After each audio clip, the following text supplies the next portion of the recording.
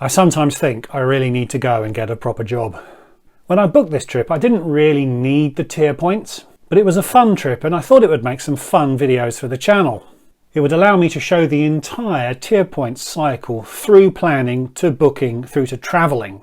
But restrictions persist, and as rebooking rules are quite complex, I thought my rebooking experience might be of assistance to some of you. So if that sounds good, stick around. Hi, I'm Matt. Over the last 25 years, I've travelled a lot. I've lived in 5 countries on 4 continents. I've flown over 1.3 million miles. I've visited over 100 countries, every American state, but I'm nowhere near done. So subscribe, and perhaps you'll pick up some hacks, hints and tips to make your next trip better. Here's a quick summary of what's happened. Back in January, I found a routing from Sofia to Las Vegas which generated 920 tier points at a cost of £1,112. That's pretty good. With an eye on making some interesting videos, I deviated from that optimised itinerary and so booked this itinerary which generates 740 tier points at a cost of £1,047. Still pretty good, but it was a funner itinerary to fly and report on. In the 5 months after booking, I experienced 8 schedule changes. The upshot of which was that I was able to dump the first and last legs to and from Sofia, leaving me a routing in business class from London directly to Las Vegas, which would generate 580 tier points at a cost of about 850 quid. But as July came around, Europeans were still banned from entering the United States directly. So I couldn't go.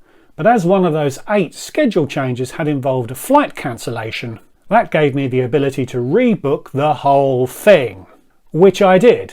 But before I tell you what I did, I need to make 2 clarifications to my last video.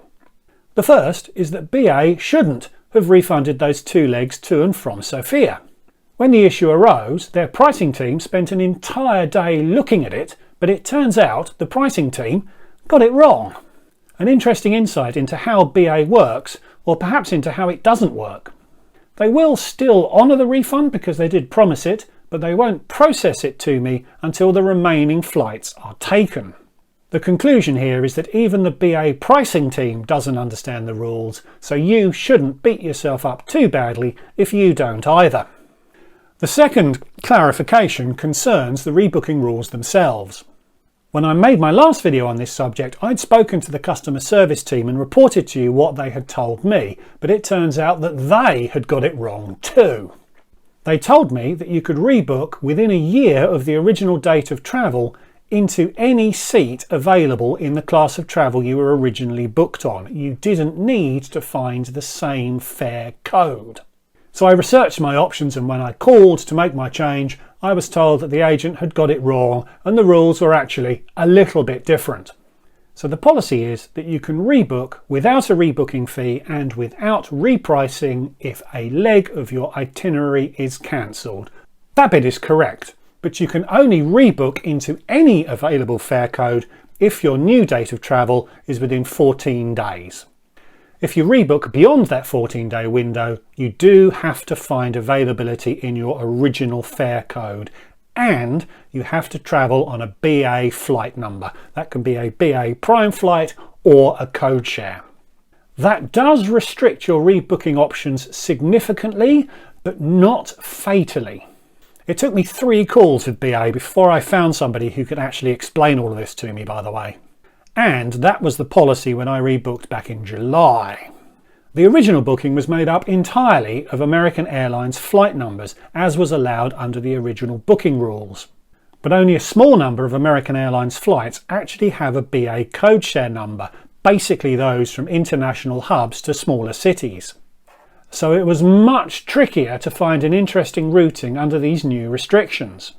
So after spending quite some time on ITA Matrix, filtering my options by the I fare code that I had originally booked and limiting results to only those with a BA flight number, I did find an interesting itinerary and I did rebook it. With the restriction of only being able to fly on BA code shares, I was only able to crank 440 tier points out of this revised itinerary. So this new routing was now a long way from being a tier point run, but there were still some interesting flights involved that I would enjoy taking and which would make for interesting videos. I have £850 tied up in this ticket, remember, and if I'd have bought this itinerary for scratch, it would have cost me over £4,500. So even though BA has forced me to narrow my options considerably, there is still a tremendous amount of value in this ticket. In the end, it took me 4 hours across 5 calls to get this thing rebooked, but I was pretty happy. This was back in July, and the United States would be back open again by October. Surely! Well, dear viewer, at the time of recording, November the 8th is the reopening date. BA has even resurrected the flight number BA1 for its first flights to America on that day. But August came and went with no reopening. September was half over with no reopening, and I was starting to get quite worried. If none of the constituent flights were cancelled and the United States didn't reopen, I would have no choice but to cancel the booking. I certainly could rebook it, but without a sector having been cancelled, I would face a repricing, and there was no way I was going to pay an additional £3,500 or £4,000 for this ticket. But then, on the 14th of September, BA cancelled one of my flights, actually the first leg to Dublin, rebooking me on a flight that arrived 3 hours after my connecting flight was due to leave. I have never been so pleased to see a flight cancelled. This gave me the golden ticket to rebook again. So I did my research, found a brand new itinerary for January, which was the next travel window I had available, and called BA, confident that we could rebook in a quick call.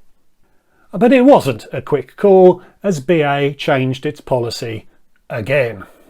You could still rebook within 14 days to any seat in your booked cabin, and you could still rebook up to a year in the same fare class, but they no longer allowed an indirect routing if there was a direct option available. So as there is a daily direct flight from London to Las Vegas, that is the only option they would allow me to rebook. They wouldn't even allow me to connect through Los Angeles. Now, one of my favourite acronyms in the aviation world is HUACA, hang up and call again. If you don't like the answer an agent gives you, politely terminate the call, call back again and see if you get a different answer from a different agent. But on this occasion, the agent spent a considerable amount of time checking with 2 supervisors before they gave me this ruling, from which I was sufficiently convinced that they were right to think it would just be a waste of everybody's time if I hoackered and tried to get a different answer.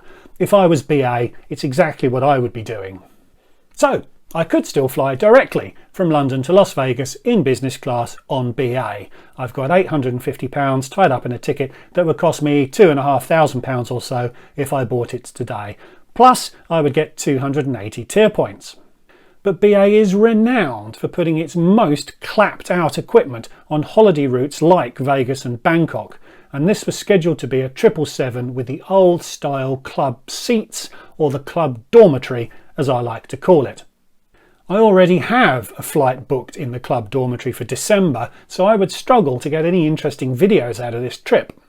So even with just £850 tied up in this ticket, I was really struggling to justify it. Plus, as my membership year ends in August, I'll be looking to do a tier point run just a couple of months later anyway to renew my gold. And very similar fares are available from Sofia to the west coast of America for August 2022 anyway, which would take me back to the type of tier run that I'd always intended to cover. So I couldn't justify rebooking onto that direct flight, so I've cancelled. The full £1,047 I originally paid was back on my credit card within 10 days. Disappointing, but the right decision. Instead, I've spent about 80% of that refund on a trip that will get me out of Europe for the first time in nearly 2 years, travelling business class on 4 Star Alliance carriers, which will get me to silver status within the Aegean scheme. I should also get probably half a dozen quite interesting videos out of that trip. So that tier point run is dead.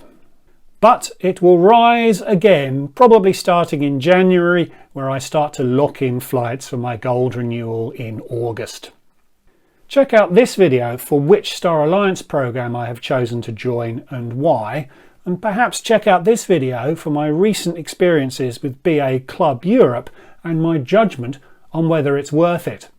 Like this video if you got something from it. Please leave me a comment, I'd love to hear from you, and subscribe if you're new. So thanks for watching, and I'll see you all in the next one. Goodbye.